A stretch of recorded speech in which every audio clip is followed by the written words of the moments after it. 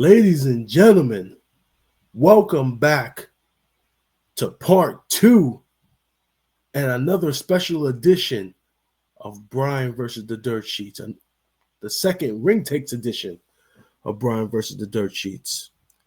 So I wanted to apologize to you guys for tonight. Episode 128 of RingTakes will be postponed until next week. Our host Daniel came down with a very serious head cold. We wish him a speedy recovery for next week's episode. So as a result, we decided that I was going to bring you with a part 2 of Brian versus the Dirtsheets, RingTakes edition. Been a lot of things going on in the professional wrestling world.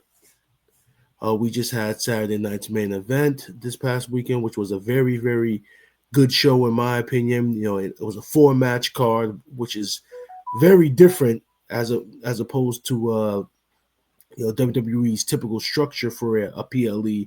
Typically, they have it at 5 or 6 matches, and they only decided to do 4, which I agree was very surprising. It was very unique, but it was, in my opinion, overall, a very good show. And we're gonna jump right into it. First match of the night, which was very surprising that this was the first match of the night. We had Cody Rhodes defending the WWE title against Drew McIntyre. Again, if you guys have been following RingTakes on social media, you can follow us on Instagram, TikTok, or X. There was a TikTok that we put up, I believe it was a couple of days ago, where I express the frustration of Drew McIntyre in title matches lately. I stated, Drew McIntyre is a huge commodity for WWE. Ever since he's re-signed that contract, he keeps getting screwed time and time again. And I feel as though that Drew McIntyre hasn't gotten his proper due, and that we always go into these title matches with Drew always asking the question, is this going to be the time they pull the trigger? Is this going to be the time where Drew McIntyre is going to get a meaningful world title reign, similar to the title reign that he had during the pandemic in the Thunderdome during those days? Are they finally going to pull the trigger and finally do a meaningful Drew McIntyre title run? And as a result of this match, that's something we're not going to get, sadly. So Cody retained the title against Drew McIntyre in a very, very, very good match to kick off the card.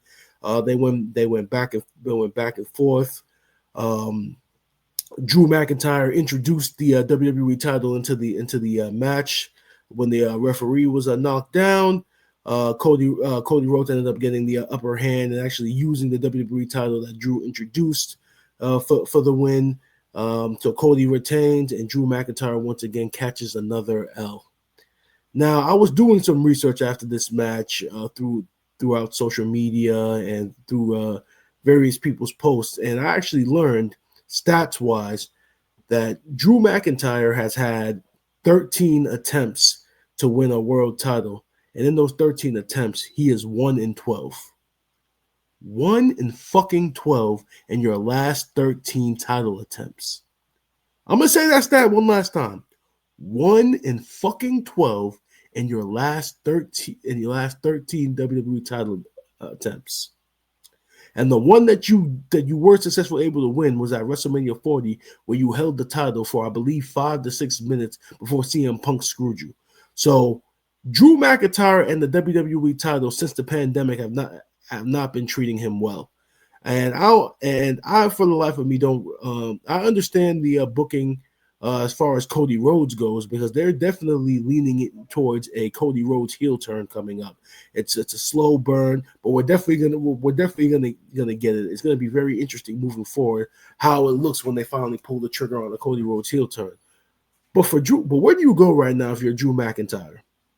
I mean, in my opinion, he should have won the title at WrestlePalooza. I feel as though that would have been a great way to kick off the partnership with the ESPN, since it was the very first PLE. I felt that Drew should have came on top then.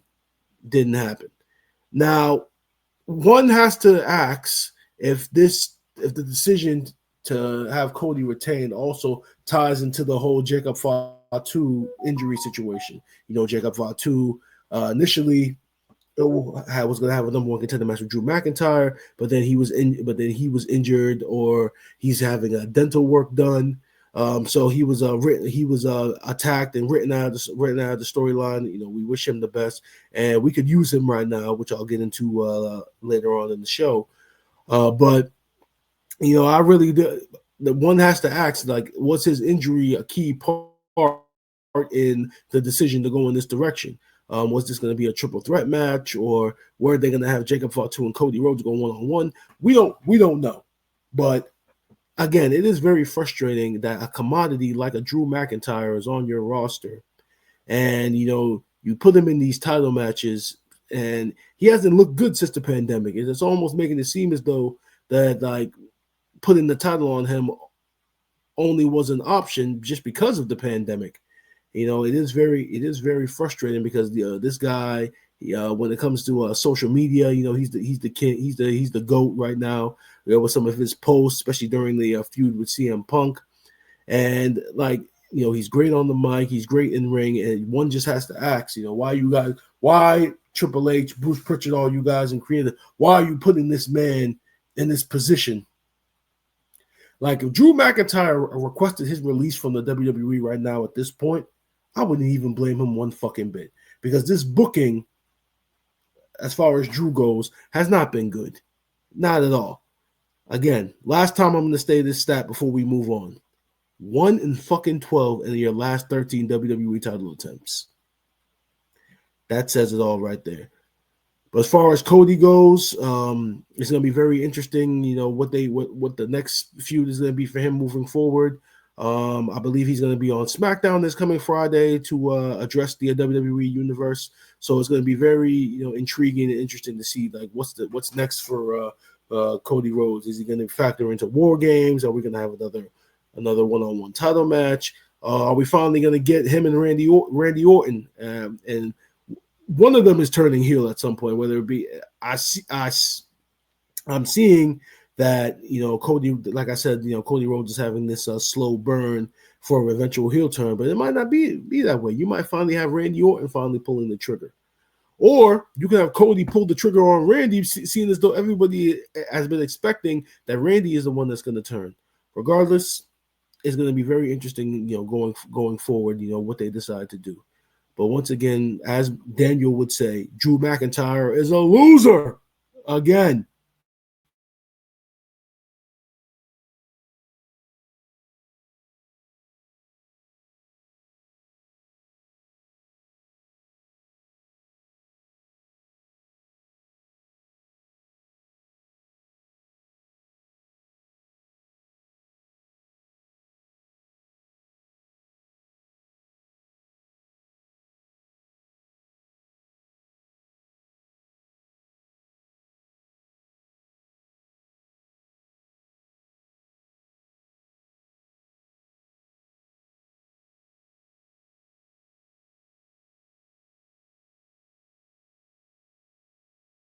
Cards.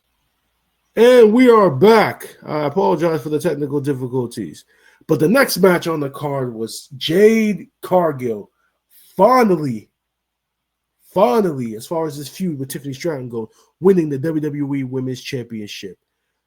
Jade Cargill officially turned heel 2 weeks ago on SmackDown.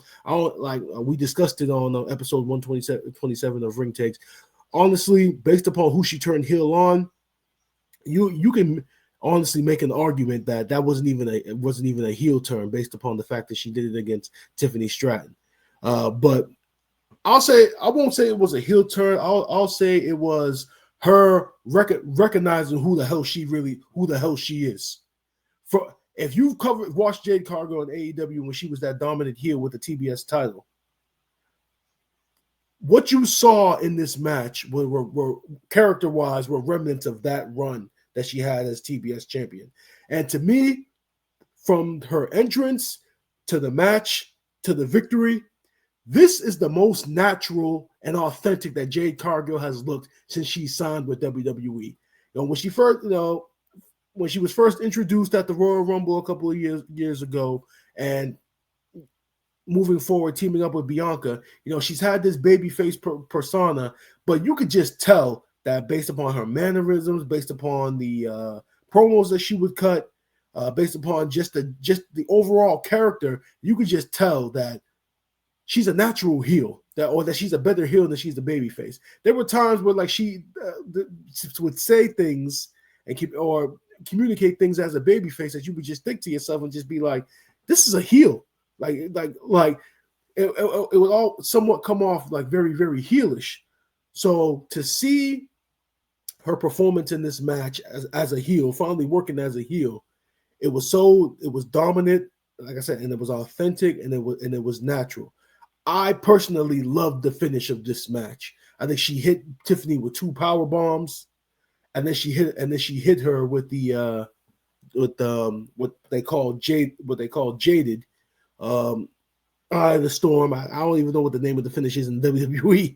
But she hit her finish, got the 1, 2, 3, and from starters, you kind of knew that WWE was going to be moving in this direction where Jade is the champion, because she did just turn heel recently. I mean, you don't have a character turn heel and then going into a title match after 2 weeks and then have her lose the title. And they definitely did play to Tiffany Stratton's injury in the match. They said that she was going into this match hobbled, so they definitely did find a way to kind of give a storyline excuse as to why Tiffany Stratton did lose. In my opinion, I mean, that excuse really wasn't needed.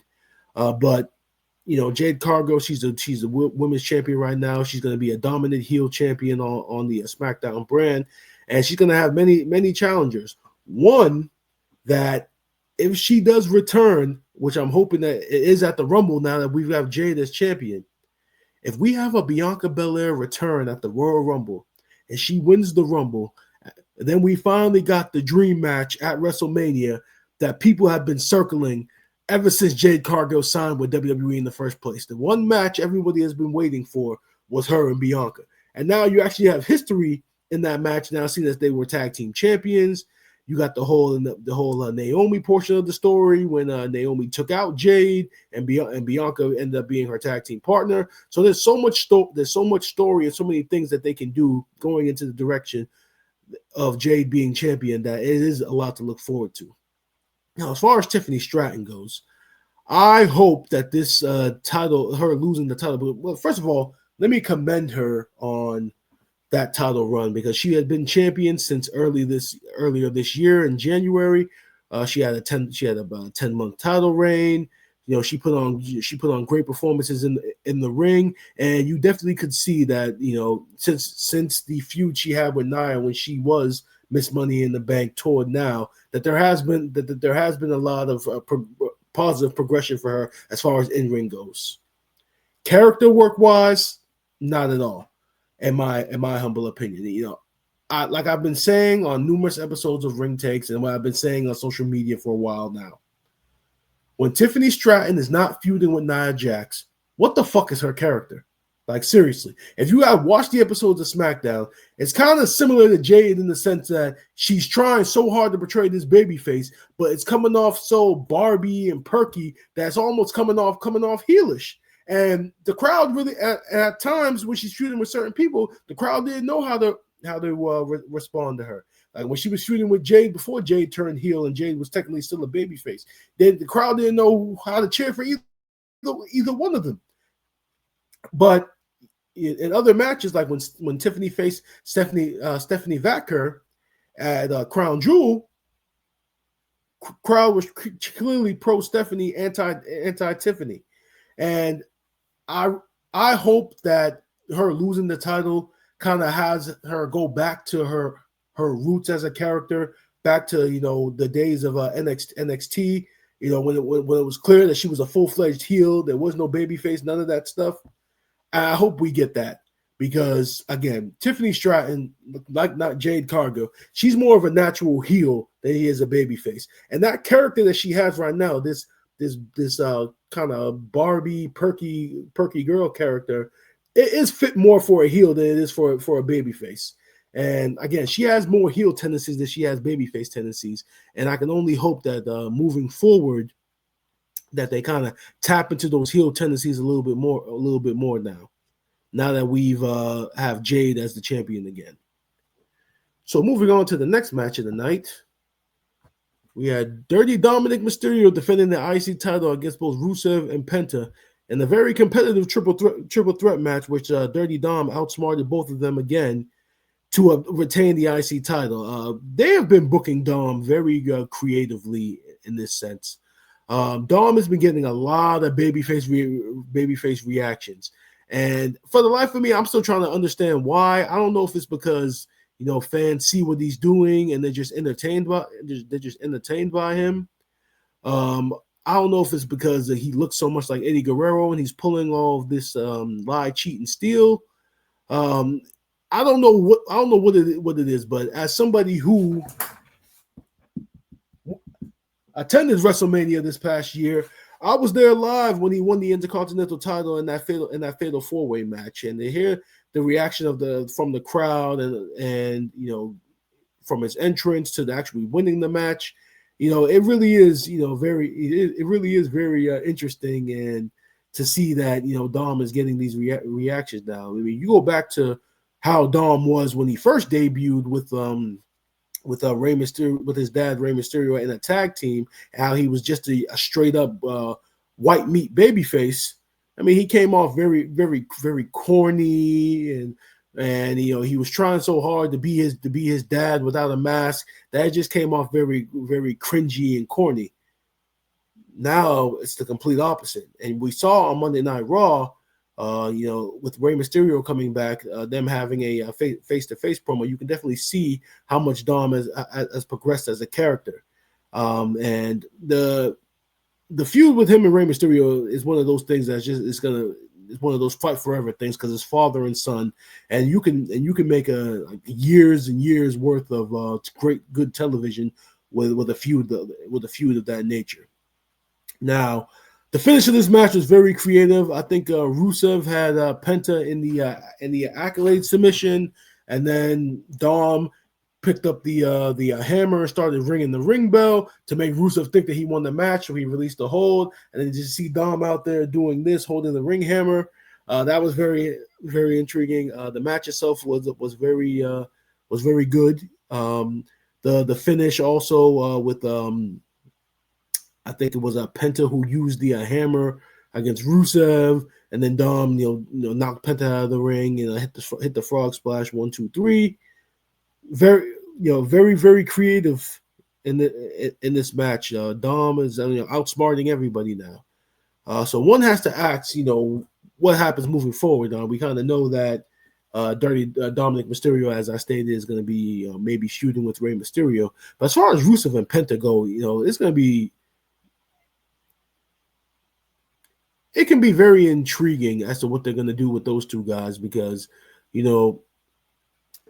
both of them are, kind of mid-card to top of the card, and that in between, that's where both guys are right now. I would love, if Dom is eventually going to lose the Intercontinental title, I would love it for Penta to be the one to grab him. Like I've said before about, guys who come from AEW and it's their first run in the company. If you actually look at all of these guys and this is their first run, Triple H has taken very good care of those guys. They've been featured on TV. They may not have a lot of them may not have won championships, but they're being featured on TV on a weekly basis. And one can only hope that Penta continue, because Penta, he's hot. With the merchandise selling of his mask and such. Penta's a hot commodity now. And like I said, if Dom is going to lose the IC title, I would love it for it to be Penta. Rusev is going to be another interesting story, because again, he's in that same spot of the card with Penta, and now that he was the one to get pinned, the one that's asked, what do you do with him moving next? I love the feud that they had with Sheamus. I thought that was a great way to reintroduce Rusev to the WWE universe, who may have forgotten about how dominant he was, during his first run in the company. And one has to think, like, what do you put Rusev in another feud? I mean, you can't just hotshot him to go after the world champion now, because he just lost to lost going after the IC title. So what do you do with Rusev at this point? Do you put him in a feud with another established name to kind of, reestablish his dominance? One can only guess, but this was a great triple threat match, and the sky really is the limit for all three guys. Dom again with Rey Mysterio, Penta. As long as he's not in another feud with the New Day, I'll be cool with that. And I just expressed my thoughts about Rusev. So all three guys moving forward, I can only hope that booking wise, they're going to be all three of them are going to be put in more prominent positions moving forward. And then we get to our final match of the night. I know our fellow contributor John was probably crying tears of joy as a result of this match. You had CM Punk facing Jey Uso for the vacant World Heavyweight Championship that was vacated by Seth Rollins' injury, and I was very surprised they went in this direction. But CM Punk, after a very competitive back and forth match with Jey Uso, ends up winning the World Heavyweight Championship. Me personally, I felt like Jey Uso should have won this match because I felt like with Roman Reigns, with the story with Roman Reigns and Jimmy Uso and everybody else, I felt like there was a lot more story there with Jey Uso being world champion again. They've been teasing this possible heel turn with him, which a lot of fans thought they were going to get on Monday Night Raw, but things is looking like he's going to still be that babyface moving forward. They may decide to pull the trigger at another time, but it definitely looked like Jey is still going to be babyface. Now, as far as Punk goes, I'm happy for CM Punk. Personally, I am happy for him to be World Heavyweight Champion, coming back to this company after being, exiled for over a decade. And now to see that he's on top again, he's having fun, as opposed to his experience in AEW. I'm very happy for CM Punk to see him being a world champion again, to come back after everything that happened. I'm thrilled for I was happy for CM Punk. I just felt that Jey Uso should have won because I felt like there was more story there that you could possibly tell with Jey Uso as champion as compared to CM Punk as champion. But I digress. It's great to see Punk as a world champion again. The match that they had was very good. I love the finish where Punk ended up hitting two GTSs to kind of put Jey Uso down. Again, very happy for CM Punk, and this was a very, very good match. And like I said, I know our fellow contributor John was probably probably crying his eyes out, tears of joy that CM Punk has finally won the title again. It does look like they're kind of continuing this feud with the Vision. We have War Games coming up, so you can only assume that Jey Uso and CM Punk are going to factor into that, going against Braun Breaker and Bronson Reed. We had Logan Paul getting involved on Monday Night Raw. One thought that Logan Paul was going to turn babyface. I immediately, when they thought they were going to go in that direction, I immediately crapped on it, saying that Logan Paul, based upon who he is as a person, or what people think, who people perceive him to be as a person, with all his successful businesses and him being a YouTuber, I just feel as though that all screams natural heel. And I know years ago when Vince McMahon was in charge, they tried to present Kevin Owens as a baby face in a feud between KO and Sami Zayn, and it just fell flat because, again, people perceive Logan Paul a certain way, and he's done certain things to the point where people just look at him and say, "Bro, that's a natural heel. He's not a baby face. We're never gonna cherish Logan Paul." So I think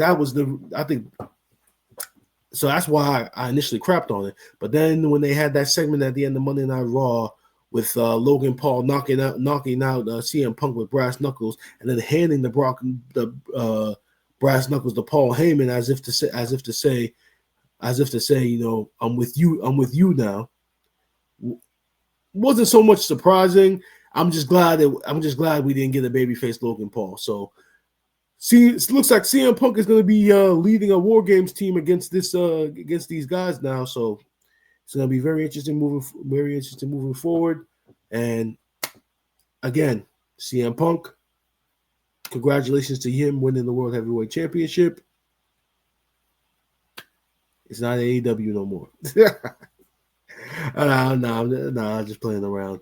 But congratulations again to CM Punk. And our last topic of the night, because at the end of the day, this is still Brian versus the Dirtsheets, so I gotta get into some dirt sheet talk about SmackDown's ratings.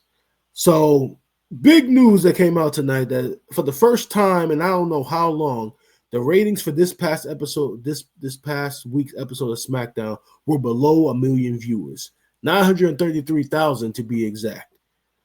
They were still the number one cable TV show for the night, but it's the first time in a long time that WWE main show, whether it be Raw or SmackDown, scored below 1 million viewers. Now, a lot of this has been chalked up to the World Series Game 6 that took place on that Friday night. A lot of people chalked it up to the fact that it was Halloween. You had a lot of kids that were out trick-or-treating, going to parties, so they weren't watching SmackDown. Me personally, no fucking excuses. I don't care about all that. You know the reason why the ratings were that low? And it's not just with SmackDown. It's been in the WWE product in general. There has been zero excitement about WWE for a long time right now. Like even as me watching both Raw and SmackDown right now, there are no exciting storylines that are going on right now that kind of have me at the edge of my seat. The last time I felt that I was at the edge of my seat with the WWE storyline was during that time period that Cody Rhodes was leading into WrestleMania 40. That time period with Cody Rhodes, where he was in feuds with like the Judgment Day and everything. And while those feuds may not have been good, you knew that once WrestleMania season came around, that Cody Rhodes was going to be factoring into the title picture again, and we were all hoping that we were going to get that rematch with Roman Reigns for the WWE title. That way we could go, so Cody can finally finish his story and win that WrestleMania. Now, obviously, there was some bumps in the road with the Rock's involvement, initially taking the title match away from Cody, that the fans successfully rallied WWE into getting it back. But again, Rock was involved. Excitement. The final boss character was involved. Excitement. That you looked forward to watching Monday Night Raw and SmackDown during that time period. Even afterwards, later in the year, when you had Jacob Fatu, Tama Tonga Loa, with Solo Sikoa, the new bloodline facing the old bloodline. I mean, even that had some excitement because they had been telling that story since Solo Sikoa essentially decided to be his own man after the WrestleMania 40. So there was an exciting storyline.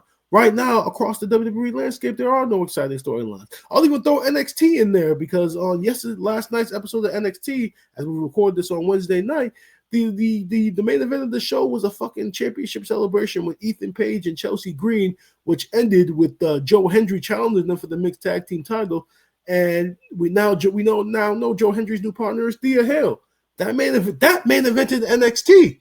So again, there's nothing like that that's very exciting right now that's going to draw like casual viewers in. There's no like main storyline where the fans are like tweeting each other, tweeting about it, reposting anything. There's nothing. I mean, things have been very, very cold. And I can only hope that this low rating will be a wake-up call for Triple H, Bruce Pritchard, and everybody else that's on the creative team. A wake-up call to kind of, amp things up on the SmackDown end. Realistically, SmackDown, Raw, at this point in the game, you guys should not be getting under 1 million viewers ever. I don't care what the fucking circumstances are. I've seen taped holiday episodes of SmackDown have higher fucking ratings than this show just did. So I don't want to hear all that nonsense about it being Halloween or it being Game 7 of the World Series. I don't want to hear that shit. I just want to see it just a better product all around. That's the only thing I want to see. And hopefully, again, I hope these low ratings are the proper wake-up call to everybody in creative that, hey, we got to get back on our shit. We got to stop being safe with stuff and basic. Let's put something exciting out there, man. Let's get like I don't know, get a storyline, something similar to what you see on Law and Order SVU or Chicago PD or some of these other very good drama series. Let's actually get some excitement in these storylines right now instead of having these generic ass wrestling storylines. Like, can we get something exciting, please? And that brings me to the end of Brian versus the Dirthsheets, the RingTakes edition part 2. Like I said, episode 128 of RingTakes will be recorded next week. It's looking as though we're going to be covering a lot of news and notes from Monday Night Raw. There is a chance that we could have Sonny Kane back as a guest. He initially was going to be a guest on episode for tonight's recording that was postponed, but we're definitely gonna speak with him and see if he wants to come back on. He's always happy to come back on, so we'd love to have him. Follow us on X, Instagram, and TikTok at RingTakes. And again, as always, while this is the RingTakes edition, see the fucking hat? It's still my fucking show and I'm mad at motherfucker. Now I'm about to go do something I haven't done in a while. I'm about to go smoke a blunt. I'm out.